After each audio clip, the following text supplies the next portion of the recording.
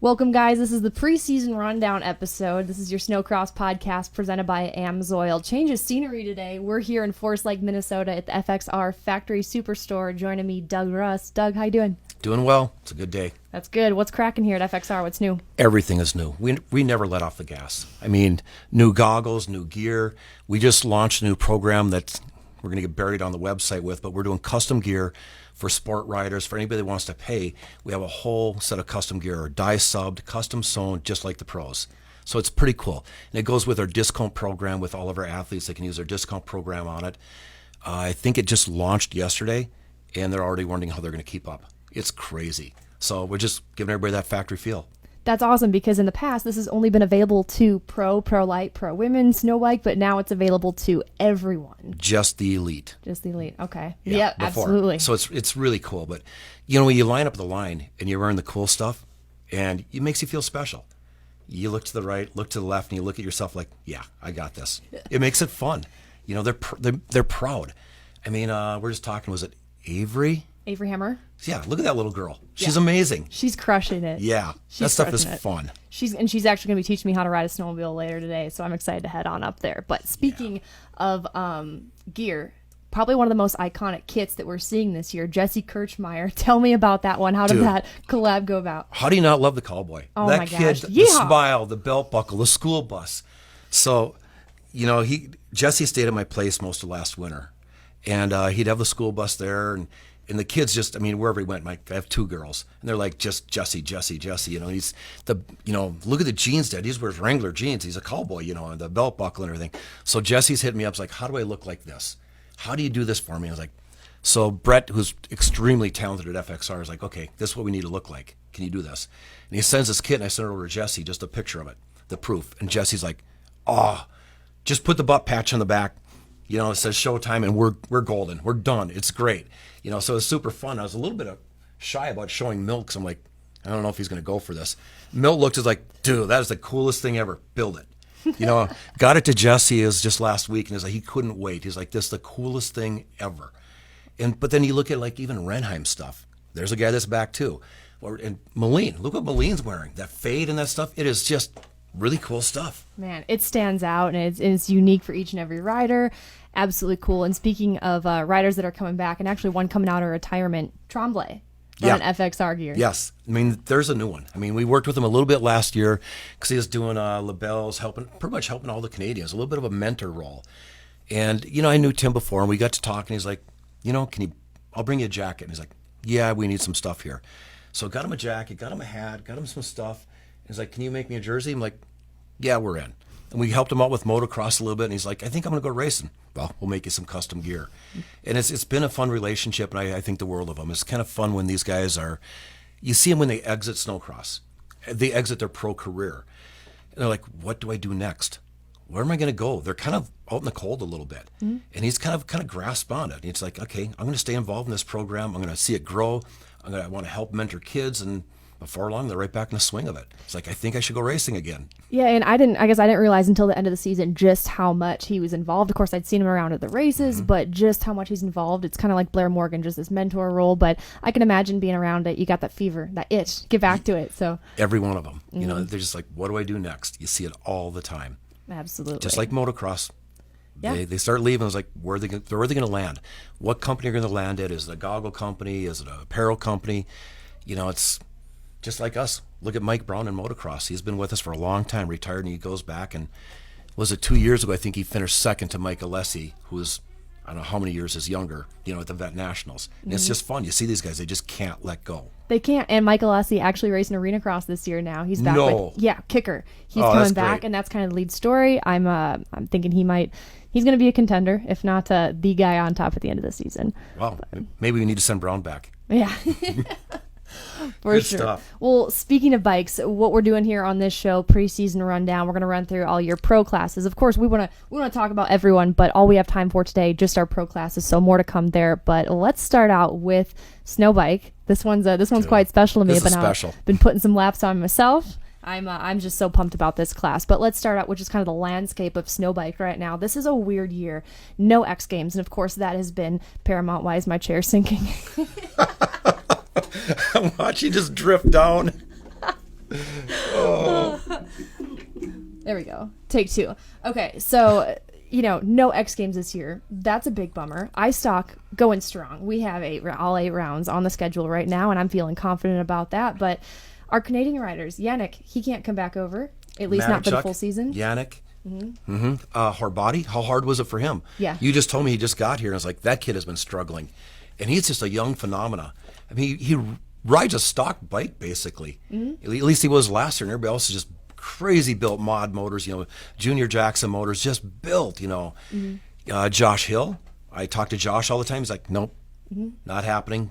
He'd love to come back, but not happening, I don't think. Hauger, just talked to Hauger last night. It's like, COVID, well, the whole Canadian thing and COVID, that's a whole different level than the U.S. Let me tell you what. Yep. You can barely go walk your dog, I think. It's just crazy. And he's concerned for his family, him being gone, his health. What if I get wrecked and have to be in a hospital here? And, Hauger's just one of those athletes. When he's on, he is incredible. But he's a little bit of the stars need to align and things need to be right. And he's just, he's a very, very prepared athlete. And it's going to be too bad not having him here. He's a good athlete to have here. He's all about the show. Once he's at the gate, it's going to be a good race. We're going to miss that. So much fun to watch on the track, but also just a rider who just so much fun to watch in the backcountry. So like him, Matachuk, most likely I would assume just sticking to backcountry this year. So that's a bummer for us here in the States, but snow bike racing, it's not going away anytime soon. I'd say it's still on the upswing, but this is a tough year. And Yannick, I talked to him a few weeks ago, and he's going to try to make it down at some point this season, but it's not. He can't commit to a full season, and he can't afford to be away from work and spend all that time quarantining back and forth. So just very, very tricky. And Hauger's been out doing the backcountry thing, and I think we're going to see a Hauger video here in the next week or 2. You think so? The way home, something like that. Yeah, okay, it's pretty cool. Nice. So he's not sitting idle. No. He's riding the. I'd say, I guess I'll call it the Blue Articat, the Yamaha 2-stroke mountain sled. He's killing it, loves it. So he's doing a lot of that. He did some arena cross. He's always on it. And a little bit of pressure being applied. Yeah. I think he'll be here at the end of March for the last 3 rounds. So that's good. And again, like Yannick, I'm going to miss that kid. He's good too. And Matachuk, no X Games. What do you do? Right. I mean, Hill is all about X Games. I know I've got a couple guys coming from New York that'll be here Thursday at my place, and they're going to race ERX and Iowa. So they're still coming in. They're still coming in. Yeah. And that's nothing too different from years past. We'd have a really big field leading up to X Games. Kind of the last hurrah was Shakopee, and it feels like such a full gate, like a supercross race. And I know it does for the sleds, but for snow bikes, it's especially special to see all of them out there. One last hurrah before heading to Aspen. So be different, but for sure. But it's let's get through the season. We know it's difficult. There's a lot of changes. I think everybody knows, with COVID, with no fans at ERX, and we're improvising in a few events this year, but let's hold the path. Let's make it happen again. The snow bike to me has been so exciting. Like just the rush of being at Canterbury and the pro class just lined up, and it's like, it's like being at Anaheim 1. It's fun. Absolutely. And I was able to go out to ERX on Sunday, kind of the last practice day before the National, and Troy Orbody was there, and him and his dad, and Troy was ripping. He looks good. So I'm curious to know more about this. The bike, you said it might have been a stock bike, stock kit, but I know his dad's been working hard on that machine, so I think he might give Jesse a run for his money this year. Well, you said that you rode the woods, right? At ERX? I did. I rode some Border Battle XC this summer, yeah. So maybe you could take some tips from her body, because he's quite the woods rider. Is he? Okay. Yes, he is a woods rider. Yes. And to be honest, I can use all the tips I can get. It was rough, but I finished. And hats off to Gary Walton. Yeah. I think he is doing a phenomenal job with that Border Battle and that stuff. I went and rode that woods loop a couple times. I was like, oh my. Those trees come at you fast, but it was fun. Oh, I think Gary is he's an innovator. He's always pushing. I think he's doing a great job with that. It's a lot of fun. Everything he does for the sport, from the podcast to the press releases, the video content, no one's doing it like Gary Walton is. Passion. Just everything he does on the moto, off-road, and snowcross front. So props to Gary Walton. I got to go ride some of Woods Wednesdays, some of the practice rounds, and just things ERX has to offer, and not just talking about the snowcross and the off-road nationals, but just their woods loop. Man, they got every terrain in the book out there. The rocks. Oh, man. I was like, oh my. And the ruts, I'm like, I'm not used to this. I need a recluse. Yeah. I got to shift gears. This isn't fun. Yeah, I worked at ERX for for how many years, and I know all the shortcuts back there, and at times that it was a rough lap. I gotta believe me, it was so tempting to just like take a shortcut, pull off, go back to my pit, and like, man, guys, I made it For sure. But no, I couldn't bring myself to do that. But boy, was it tempting. But man, does such a good job with it, and Gary Walton again, just absolutely crushing it. So he just came out with the Border Battle XC schedule. So yeah. He's always got a smile on his face, and he's ready to go. He does. Lend a hand, talk about racing, and you want to have fun. Talk to Gary about, hey, remember when you raced sprint cars? Yes. That's just fun talking to him about that. That we love talking about that. He actually sent me, I think earlier this summer, one of his old hero cards from back in the day. No way. I'm like, that is so cool. Just eat that stuff up. So yeah, he's been around the world of motorsports, and that's cool to pick his brain. It is. Great guy. But our snowbike field this year, of course, we talked about the cowboy, Jesse Kirchmeier. I sat on another championship, and, he's going to be the guy to beat. That's for sure. I still think it's a double gate drop. Yeah. Yeah. They better penalize him. Kind of like... They're going to hold him back, make 15 seconds, maybe 20. Staggered. He's the guy who can do it, and he's not afraid to send it big. We were talking about Lake Geneva a few years ago. We're still talking about it. Going over the finish line jump, like quadding it. Well, like I said, he's going home last year after the last race. Mm-hmm. He's calling me up on his phone. He's driving home in the school bus. It's like, hey, Doug, what do you think? Are you okay? Should I do I kind of want to do a world record jump on my snow bike. I'm like, no, I want to keep you alive. Yeah. You know what? A couple of weeks later, he sent me videos. He's out there on the lake on a snow bike. Yep. Fishing it out of the lake, and he's like ready to go again. He's just that kid. The kid's got a smile on his face, but he can huck it like nobody else. He really can. And he'll give it a yeehaw right after. He this summer, he put out a video on Instagram after he took the kit off, just put the wheels back on, rode the bike as is, and it just ripped. So he's a bit of a madman, but we need that. But what about New York? When he races in New York, he's got like a fan club. He does. They're everywhere. Dude, so, at the podium, we're doing, like, the FXR, the Fashion Frenzy, all these fan activities, and I'll kind of, like, prompt the fans, too, first, like, ask them a question, like, okay, who are you here to watch, the sleds or the snow bike? Snow bikes, it's still quite a bit smaller than sleds. A lot of people had been saying the sleds, it just so happened when I asked them, but this girl's like, the snow bikes. Heck yeah. Let's talk about gear. What's he wearing? Yeah. Have you seen that? Oh yeah, plaid jacket. Which, by the way, ISR legal, orange. You had to have it dialed. Just everything's right. dialed spec. How many inches? Everything we do for iSock, it gets edgy because you look at it like, oh, that's not legal, but we measure everything: how much fade, how much orange, everything we do. But then Jesse was after us. How do we look? Yeah, I want this. So we build out this. It's kind of like a flannel shirt, basically, and it's got the denim look in the pants and everything, and he looks good. Looks so good. The only thing he's missing is a big foam cowboy hat to go over the helmet. Maybe like a 4, 5, 6X would fit over his helmet. I'm not sure. I think so. Good stuff. But anyway, snowbike's going to be super exciting. Can't wait. Let's try and keep the momentum going. Absolutely. We have a newcomer to the class this year from Holton, Wisconsin, Austin Radenzel. Excuse me if I'm not pronouncing it correctly, but newcomer. He raced a bit of amateur snowbike last year. Oh, so great. Good to see a newcomer to the class. I know he was out at ERX this weekend too. Jackie Reese, she's coming back. Wasn't able to race moto this summer. She'd gone and raced Canadian Nationals with Rockstar, the Rockstar Triple Crown Series, but she's coming back this year. Troy Weekly. He is one of our New York runners. He's going to be coming back this year, and that's another rider who's home raced New York and brings out the fans too. So for sure, excited to see him back. But VHR is not coming back, at least this year. I haven't spoken to anyone. I'm not sure what their plans are. I know William just had surgery. Some injuries, yeah. Some injuries, and Wes has a pretty serious hockey program going. So, that just left a big question. What's Keaton Ward going to do or Keaton Van Ward? I had just this blank in Deadwood on the podium, and I announced his name as Keaton Van Ward because he was right after William. I'm still embarrassed about that. I'm sorry, Keaton. But so I was just wondering, this guy's a big question mark this year, but he's been out. He's been up here in the Midwest and practicing, so curious to know he's going to run the whole season or not. We sure hope so.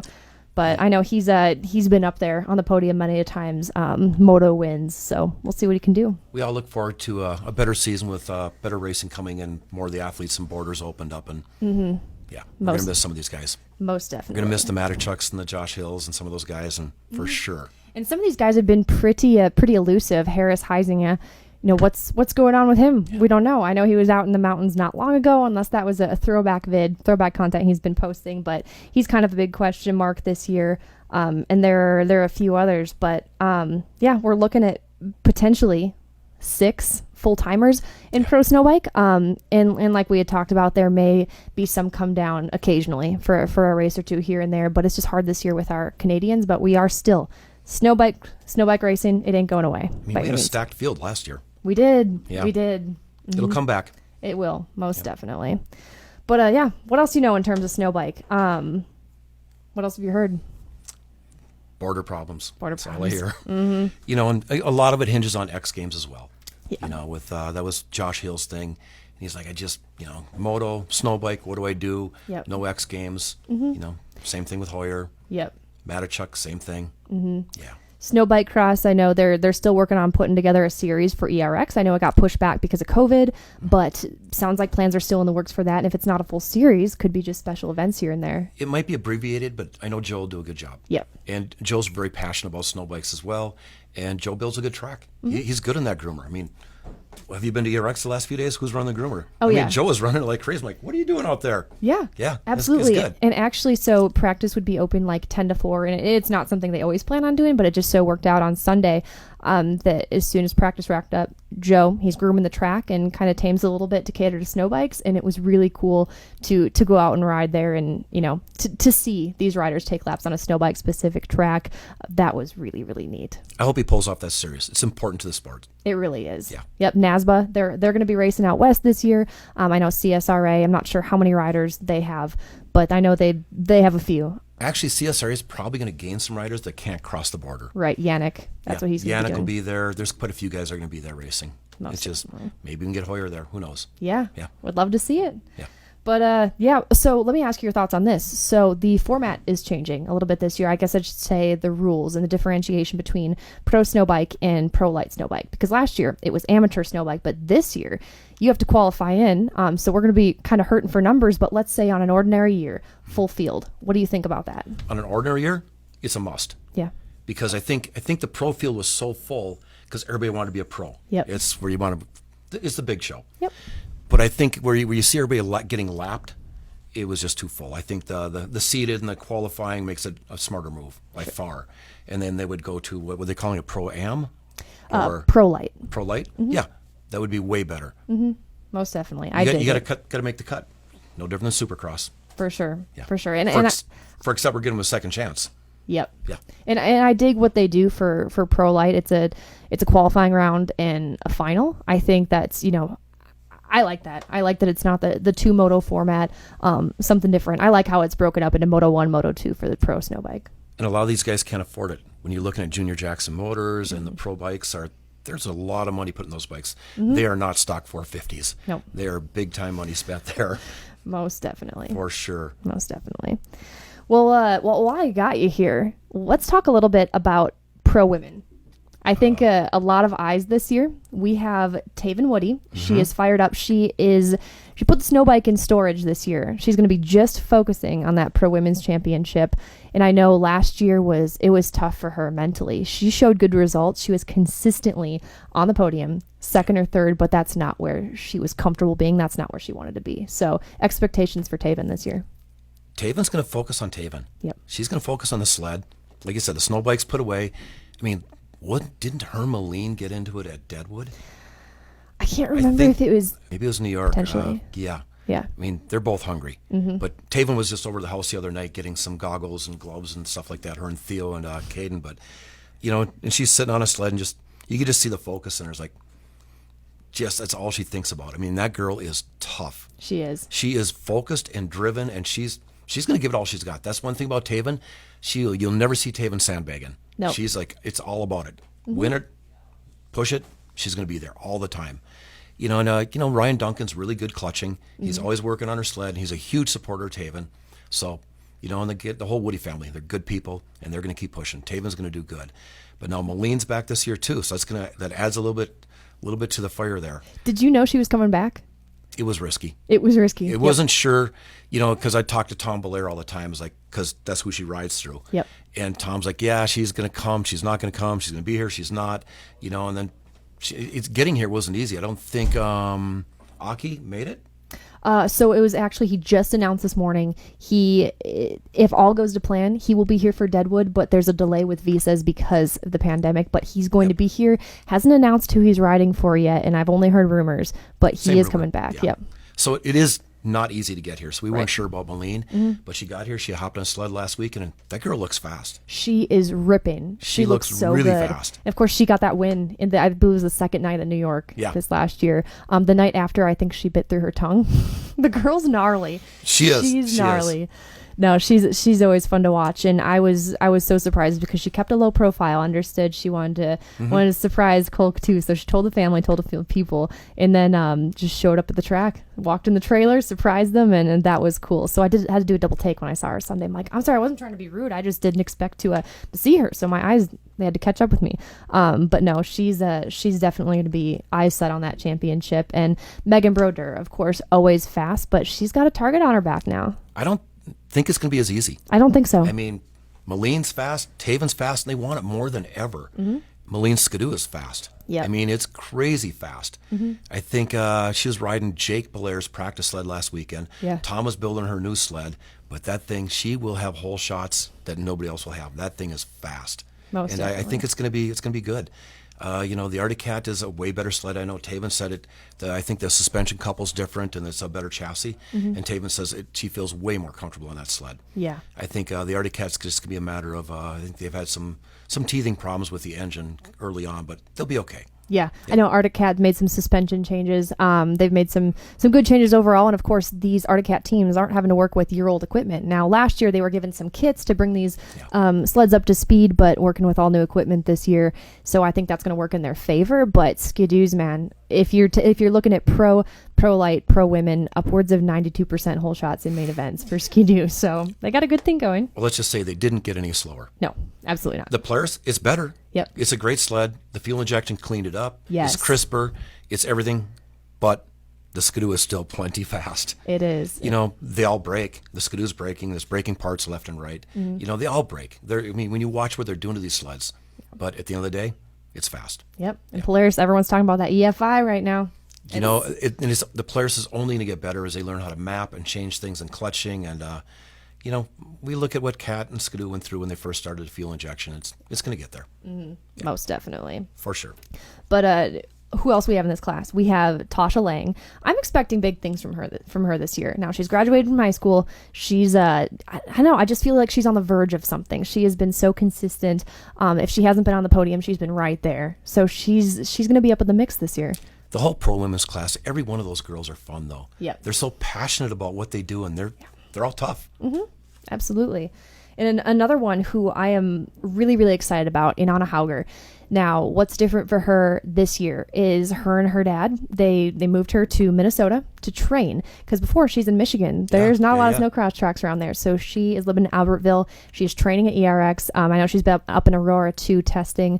So she, that's going to be a game changer for her. The girl is wicked strong. One thing that is tricky for her is she's so petite.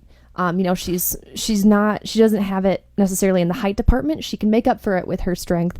But that's just kind of a little bit of a battle for her, but she's putting in the work this year, and she's taking it very, very seriously. And actually she got accepted to Crookston. I believe she got a scholarship playing soccer, and they not only are okay with her racing, but they're very supportive of it, and they're like, that's awesome. Very cool. So she's got that going for her. She graduated from high school this year, so this could be a breakout year for her. Seriously, graduate from high school, full-time racing, living here, that's a big move, right? That's like Supercross, where these kids you're gone, see you later. Homeschooling. Wow. Yeah, she's 17, turns 18 next month in February, so she's got a lot of years ahead of her in this pro women's class. But she's just she's taking the world by storm this year. I can see it now. So I'm not picking favorites, but I'd say preseason prediction, eyes on Inanna for sure. Wow, it's going to be interesting. Like you said, Megan, she's got a target on her back a little bit. Most definitely. It's going to get interesting. So it's gonna have to push. Be a good one. Yep. We have Mckenna Kleinman from Duluth. She's coming back this year, 5th in points. So she's another young gun in this class. Addison Bordage, McKaylee Meyerhofer, both their second year in pro women. Both got a top 10 in points last year. Alexis Lind coming out of Antioch, Illinois, one of our southern riders. I'm going to consider That's crazy too. I mean, where's the practice, right? Exactly. I know. Go up to Michigan, or you're further. I don't know how much from there. I mean, There are no tracks. Yeah, go up to Wisconsin. So, and I know her brother's racing, if I'm not mistaken, Pro Lite. Yeah, I believe Pro Lite. So, Lynn family, part of it this year up in the mix. Jackie Farmer coming out of retirement. I don't know how much of a surprise that cool. is. That is so cool. I think that's cool. Yes, for sure. And she came back actually in New York last year. She came back. So excited to see that. I haven't heard anything on Markey. Have you? No, I haven't. No. Callie Blessum out of Anita, North Dakota. And of course we talked about Moline. So this is a big field. There's some for wild pro cards women. in there. There's some wild cards, and we're very fortunate with this class, especially with Megan Broder and Moline Anderson able to come back over the border. This class isn't really missing many people due to the worldwide situation. So that's good to see. It's going to be some good racing. Can't wait. For sure. Well, let me ask you too while I have you here. I know we're just going to go over Pro Women and Snow Bike, but just at a glance of Pro and Pro Lite, what jumps out at you? What are your initial thoughts on these fields? Jordan LaBelle. Yep. I'm just going to come out and say it. Do it. That kid is lit up. You know, Riley Bester's good, Adam Peterson, Theo. I mean, the Pro Lite class all the way across the board is good, but I mean, the kid comes from sport to Pro Lite, and I watch him. It's like, you might see Elias on a day. It's like, I 70% today. I'm only 70% today. But I know he's pushing at 80 and 90% some days too. But I'm watching him, and I watch LaBelle. I mean, LaBelle's like just right on him. Yeah. Lap after lap after lap. You know, and the kid's light, he's small, and he's fearless. My gosh. You know, if he can keep it all together, it's a given. Give him a whole shot, that kid's going to run with it, and he's going to run hard. Oh, yeah. And it's so fun watching Zealand, his little brother, and his sister, too. Just such a good Snocross family. Look at last year's mom, his dad, the family. It's amazing. Yeah. You know, they're just in it. Absolutely. You know, and how long have they been riding this year? Since Halloween. They have a practice track at their home, if I'm not mistaken. They have their own snow guns. Yeah. They have it all. How cool is that? It is. So I know some of the riders have been going up to race, ride up in Chicoutimi, I think is how you pronounce his hotel. I'm glad you pronounced it. But no, that's wicked cool. Well, let's run through Pro and Pro Lite. I know we've touched on a few of them, but while I got here, let's just run through the rest of the Pro Lite field. So Nick Lorenz, he is a guy that a lot of people are like, he could be the championship. He could take the championship this year, racing for Judnick. He said he has never meshed with another teammate like he has since Ross Martin was racing with him. The way he meshes with Emil Haar. So that is really good to see. Not only Emil Haar come back, but them two have such a good relationship. Emil's going to go. He is. He's going to go fast too. He was good last year. Well, he was with us for a while last year, and it was exciting to see him come here, and he'd come to the store and hang out. I believe in him. For sure. Now he's getting more and more time here in the States under his belt. So just, starting another year here. You know what Third feels or fourth good? Year? Feels good to see Juddy have some power. Absolutely. Some good guys, and he's kind of back in the groove, and he needed that. It's really good to see that. He's got a couple of really good players. Judnick, there's been a few riders going through the trailer these last few years, but I think they're really onto something this I think they year are too. They kind of found their groove. For sure. But Travis Kern, fourth in points last year. His best year ever was last year. So hopefully bring some of that momentum back into this upcoming year for sure. For sure. And 151, I know his jersey was back here a moment ago. We switched it out, but it'll be back. We have the 151, Riley Bester. Dude, Riley is such a great kid, though, but he takes advice well. He mentors well. Even our Learn to Ride clinic, him working with kids. Yeah. He's phenomenal. He's focused. He's calculated. I think he's going to be a good kid this year to watch. He's going to do well. You mentioned the Learn to Ride clinic. He's a rider who hasn't lost sight of his roots. He cut his teeth at ERX. He's given back to the sport, and he's a young kid. Is he still in high school? He might be a senior now. Senior. He graduated. He graduated. That's right. But his roots. Yeah. Come on. I watched him racing a 120 in a champ sled back when his dad was building champ sleds. Like yesterday. It is. I know. I hate to say that, but Jeremy's been by that kid's side. I mean, they're like a team. They have been everywhere. I've watched him grow up. He's going to do well. Absolutely. And the whole Lavali deal only made it better for him. Yeah. And his teammates, come on, Adam Peterson's in there. Back. Kyle.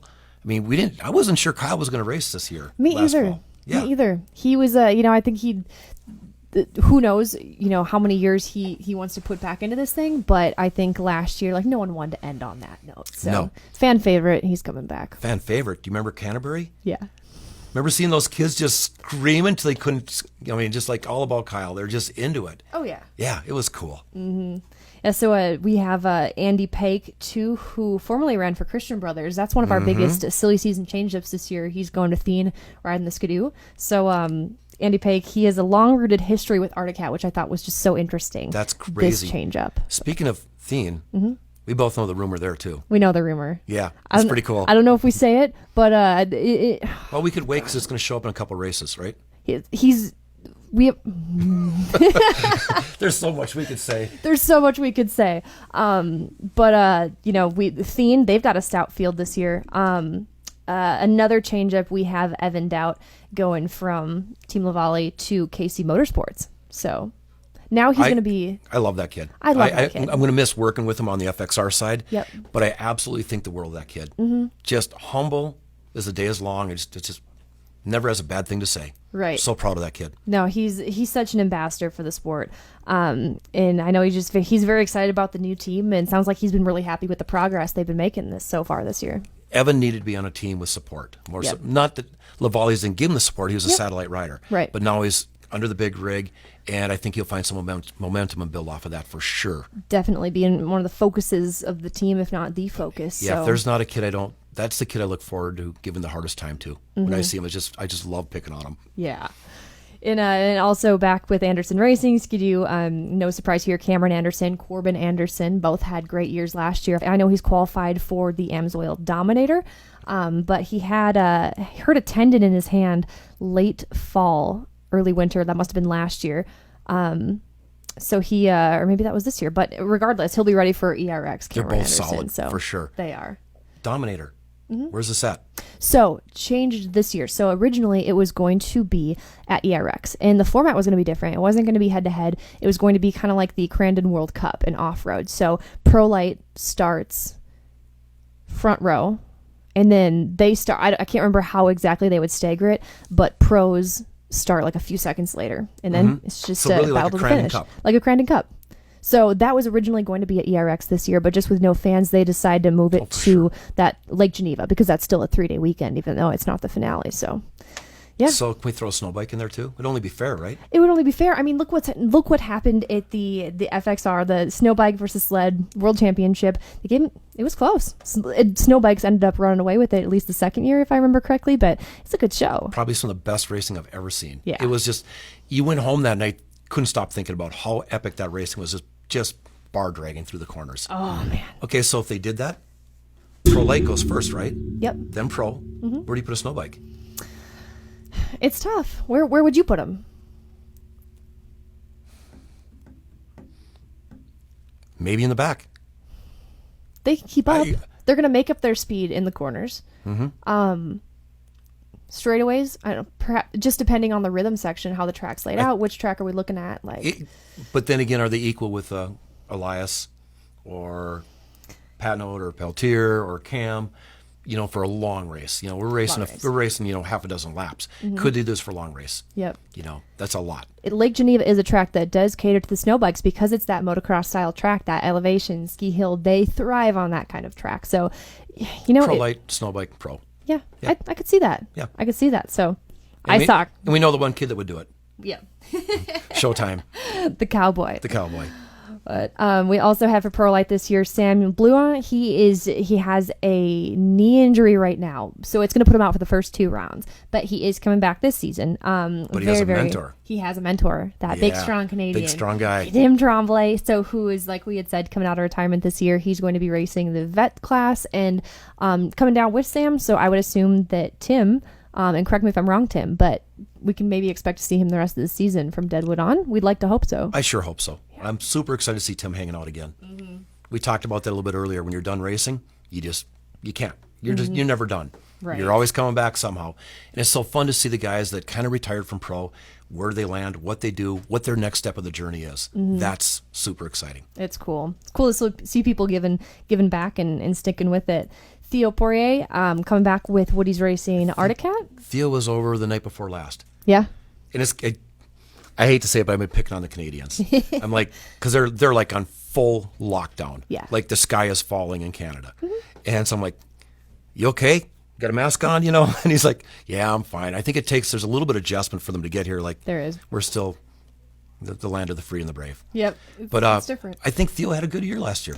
He did. I think he's got some momentum to build off of, and he's going to be all right. He had some high highs and some low lows. Yep. Ultimately, he ended up 10th in points. I feel like his results should have been better. They should have been better, just considering the year he's had. But he's a phenomenal rider. I'm really glad to see him coming back under the Woody's awning, or the Woody's trailer, I should say. We're not talking off-road here. Talking trailer.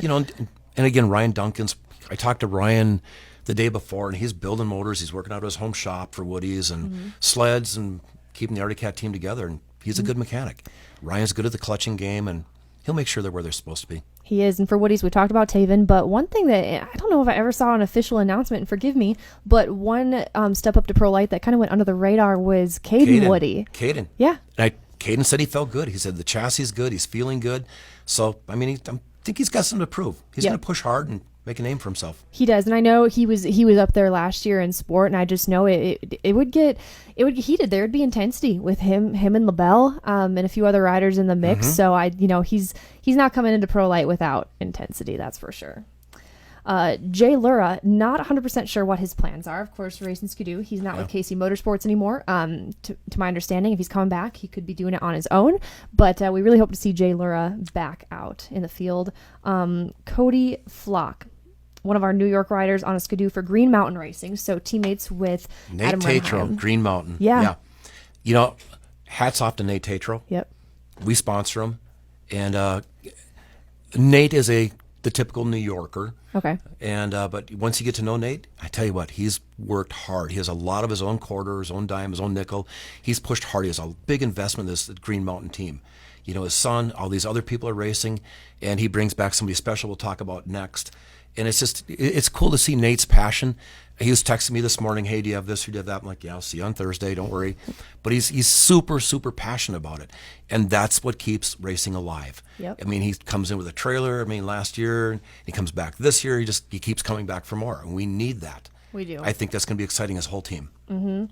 And we have also from Green Mountain Racing, Bradley Tatro. Yep. They got quite the lineup. They've trained hard. I know the whole family, all the kids, they've been training really hard. I believe they're based out of Shearings up on Aurora for the winter. Gotcha. Good deal. Another New York runner, Dylan Rose. He's running for R12 Designs D&D Racing, who actually, we know that name also because Pro Trent Whitwer is now who he signed with since Tud Boy Arctic Cat no longer fielding a team this year. So he's going to be teammates with Trent. Brandon Lynn, like we talked about, his sister going to be racing the pro women's class. Mitch Olson out of Foley, he's coming back with Polaris. Tyler Uman is actually with Zandstrom Motorsports this year. You're right. It's typically a good starter and strong in the heat races. So that's going to be exciting to watch. Taylor Cole back with Playstead Racing, one of the FXR riders. Good family, again. Good. That whole family, Learn to Ride Clinic, always helping, always smile on their face. Good family. Yep. Glad to have them back. Everyone knows Cam Cole, too, Yep. the mini Cole. Good Snocross family, been around for a while. Anson Scheel back with Christian Brothers Racing, sharing the team with Logan Christian. So this will be his second year in Pro Lite. He came and rode moto with us this summer at the BP Ranch a little bit. Did he? I think he's got it. Yeah. That kid's going to keep going. Good kid. Super good. And I think, when I talked to him last year, I think he was one of the satellite riders. He had shared a trailer with Andy Pake. At least they were together when I would go to interview them. But he could be in the trailer with Logan this year. I'm not sure since it's just the two riders. Two factory guys, right? I Yep. mean, factory history with the parents. Yeah. And, deep roots in certain racing. Very it's deep. amazing how they kind of okay, we're going to go off and do a Skidoo thing. Yep. And we're going to go off and do an Arctic Cat thing. Yeah. No, very, very, very cool. And Bailey Forst, Thief River Falls, coming back with... Talked to him a lot. He's excited. Polaris thing, a good family, good kid. He's kind of come back over the injuries and some of the things he's had, and I think good things to come for him, too. For sure. Last year was a fill-in rider with Hemmer Motorsports, been riding well in the preseason and testing. And like we talked about, Bradley Tatro. Our newcomers of the class, we have talked about Jordan LaBelle. And just one more thing on him too, for his age too, just a young kid, so level-headed and mature for his age, and that is going to serve him so well. I mean, just think, he flew in from Canada to the U.S., away from his parents, his family. He's on the phone with them, but you're in a foreign country. And And you're kind of doing your own thing with the team, and That's a big step as a young man. Yep. It's going to mature him. It's going to make him stronger. And the kid's serious. So serious. Oh my gosh, he is going to go. Like I said, if in typical fashion, just rip the whole shot and he's going to be there. He's the one that all the eyes are on, I think. He certainly is. He's got some star power to his name coming into this year, and sometimes to get the kid to smile is hard. He's just game face 24/7. I just give him a hard time. I remind him where he's from and give him a hard time, and this is America, and have fun and run with it. Have fun, absolutely. But I think he'll do well too. But trust me, the Riley Besters, Adam Peterson's, all the other guys, they're going to keep him honest. They are. There is no hall pass here. And I don't know that Jordan LaBelle would run away with it like he did in sport. No, I think it's going to be tough, but he has potential to be up there. And Carson Allred, also stepping up to Pro Lite, finished second in sport last season. I want to. He wasn't our. Nope, I'm sorry. It was Nick Lorenz, who was our former sport champ. But teammates, Carson Allred with Judnick Motorsports. So one of the more aggressive riders in the class he's been for sport. So do you think an aggressive rider coming for sport will need to tame that down in Pro Lite, or is that what you need stepping up to Pro Lite? Let's just look at history. Yeah. Pro Lite, you need to be a little. It's like from sport to Pro Lite to Pro Open or Pro. You need to be a little more calculated every time you move up. Sure. But if you're a little too aggressive, they're going to school you back in a hurry. Yep. We've seen this. History repeats itself. I mean, you come in, mind your P's and Q's. You can be fast, be clean, be aggressive, but watch on the aggressiveness side. Yep. Because they're going to school you. One thing, I was listening to the Ride X 365 podcast, and they were talking to Hunter Patno, and he was like, looking back, if he was to redo anything from his rookie years in Pro Lite, it would be to scale back that aggression, specifically with his block passing. But he's a very successful rider. He has the speed to carry it over into pro, and I think some of that rivalry as well. But like you had said, you gotta throttle that aggression a little bit. You need to. They're going to park you. Matt Lamorier joining Shearing Speed Sports. Shearing's expanding their roster this year, and he's local to them. So it's a good move, and that's cool. It's a cool move, and it's a good move for Matt too, because no one goes to Shearing and doesn't do well. Steve has it figured out. Hats off to Steve. He keeps grooming people and keep growing that camp. And let's go back a few years ago. Look where he's come from. Yep. The practice facility, you go up there, the semi's in there, the sleds are lined up. It's the real deal. The real deal. That's been the place to be because the weather's been so weird. Everyone's been up there, but they put together a huge track right off the bat. The conditions were right, and they do a nice job with it. Steve does an incredible job with it. It's, the classes, everybody from a 120 to a snow bike to a pro guy, they've all got their time on the track. It's not chaos. He's done a really good job with it. For sure.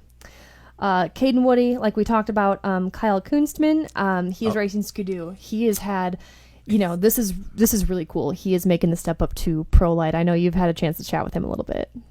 We'll see what happens at ERX. I don't know if he's going to go pro.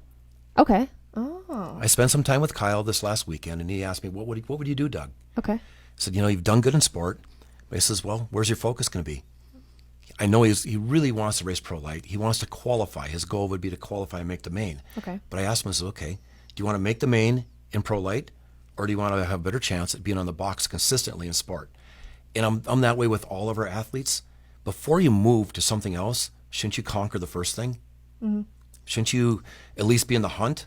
Yeah. Have a championship, first, second, third, maybe a fourth in sport before you move on. Yeah. And he came up to me and says, Tom Belair has been helping me. He says, I've never had any help like this. He's been on his own. Yeah. The kid's struggled to pay his way. He's a true independent, doing it on his own. Mm-hmm. But the kid's got a heart of gold. He helped us out with some shows and setting up, and just out of goodness of his heart.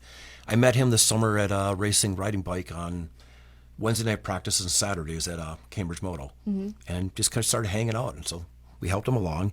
But he says to me, he's like, so what do I do? I'd go race sport.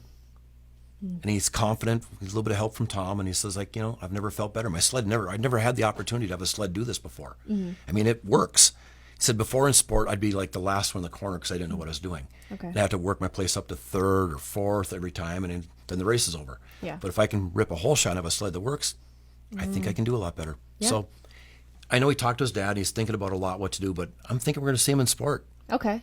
But we are missing somebody else that one of our favorite cowboys that if we've been watching, he's hauling around a sled.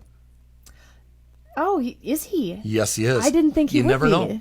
Maybe if you might see him race pro light a little bit. Okay. Yeah. I know when we've gone back to New York, he's raced some of the East Coast Snocross classes. For Southside. Yep, for Southside. So is that the plan again? Is Southside helping him out? It would be if he goes to East Coast. Okay. But I think here, you may see him on a sled here. Gotcha. There's a chance. Okay. So we'll see if the cowboy can ride a sled. Not a bad deal. Yeah. Not a bad deal.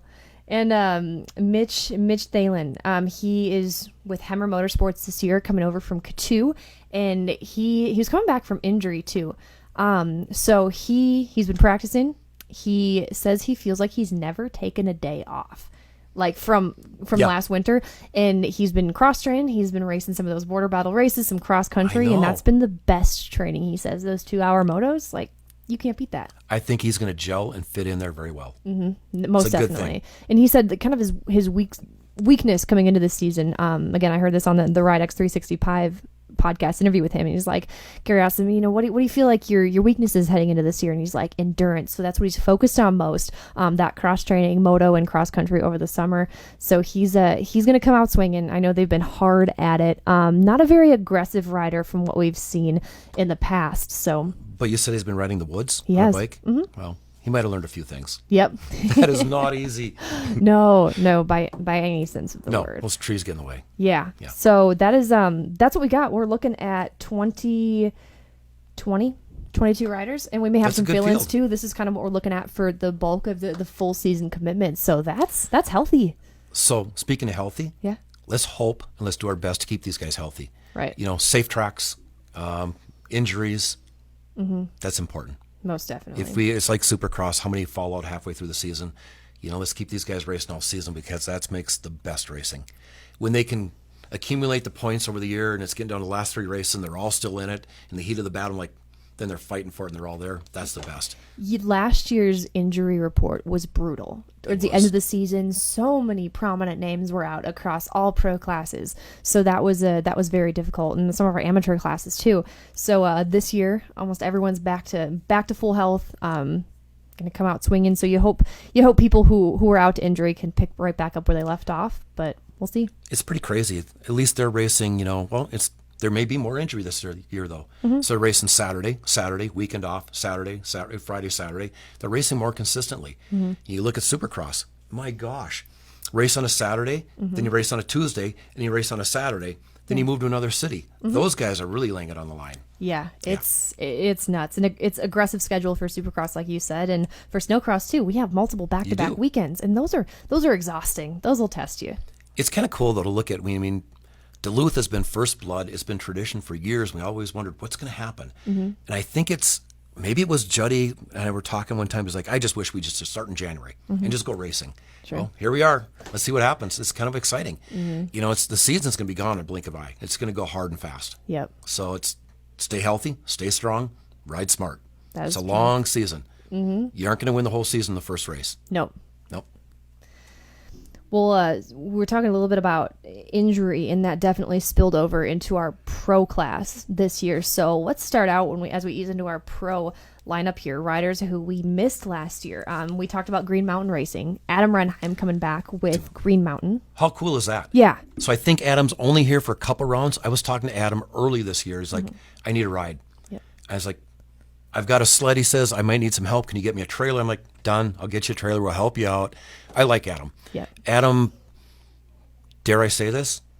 Say it. Maybe sometimes doesn't work well with others. He'll admit it. I had a really, really good talk with him on the last podcast. I was careful how I posed it, but he told me before the podcast, he's like, ask me anything. I'm like, ooh, careful what you ask for. Yeah, exactly, because you're going to get it. I'm going to shoot for the stars. But yeah, he was, he had said that for the longest time, he was bringing over his own mechanics from Sweden. He was a control freak. And I quote him. Perfect words. Control freak. But he's got it. He's here to win a race. Yeah, he knows what he wants. I know a lot of motocross athletes that way. Handful of snowcross, they're all that way. They have it in their head. They're here to win a race. Yeah. And it's hard to be a team member when it's about you. Right. You're an athlete. You're not always a team member. You want to win a race. Right. And Adam is very, very passionate about that, and I respect Adam. Right. It's a good relationship with him, and I'm super excited he's here. He's like, Doug, I've got a point to prove. So maybe a little bit of an axe to grind. I don't know, but you can never count Adam out. I mean, wasn't it Dominator one year. Am I correct? Well, he won the Dominator, and then the next year, so this last year, remember he won and got disqualified. Yeah, I remember that one. Yeah, yeah, I remember. We won't talk about that one. But okay, so that was another thing, and I was like, Adam, why are you winning everywhere else in the world, but not here at ISOC? Until recently, it wasn't until 2 years ago, won the Dominator, won his first ever race in the U.S. At Shakopee. Couldn't believe it took him so long because he's always been up there in a contender, and a points contender too. And he's like, honestly, he's been letting his guard down. He's been trying to be less of that control freak. He stopped bringing guys over from Sweden, and he said that opening up to influence and advice from teams here in the States, that's probably been the biggest factor in why he's starting to win here in the U.S. So was it a femur last year? Femur. Yep. Oh. In Fargo. Oh. Yep. Broke his femur Sunday at Fargo, and he said emotionally this off season, or last year, just going back home to Sweden right away to deal with the injury, do what he had to do. This one was so hard for him. You know, he'd wake up early hours of the morning or at midnight or whatever to tune into the live stream, and that's hard to do when, especially, you're at the top of your career and you have to watch it from the sidelines. But you can come back. So who else has broken a femur in pro? I mean, wasn't Elias a couple years back? Was that his femur or his knee? If it was femur. I think it might have been knee. Don't quote me on that. But that was a touch and go year that first year back, but there's a little redemption the year after that, and he's just been on a roll. It's so interesting to see these men and women come back from injury, what they're capable of when they come back, because it's been a big mental game for them while they've been out. It is. I mean, talk to them halfway through the season. They're beat up. Yep. I mean, even I'll talk to Henry Miller in motocross.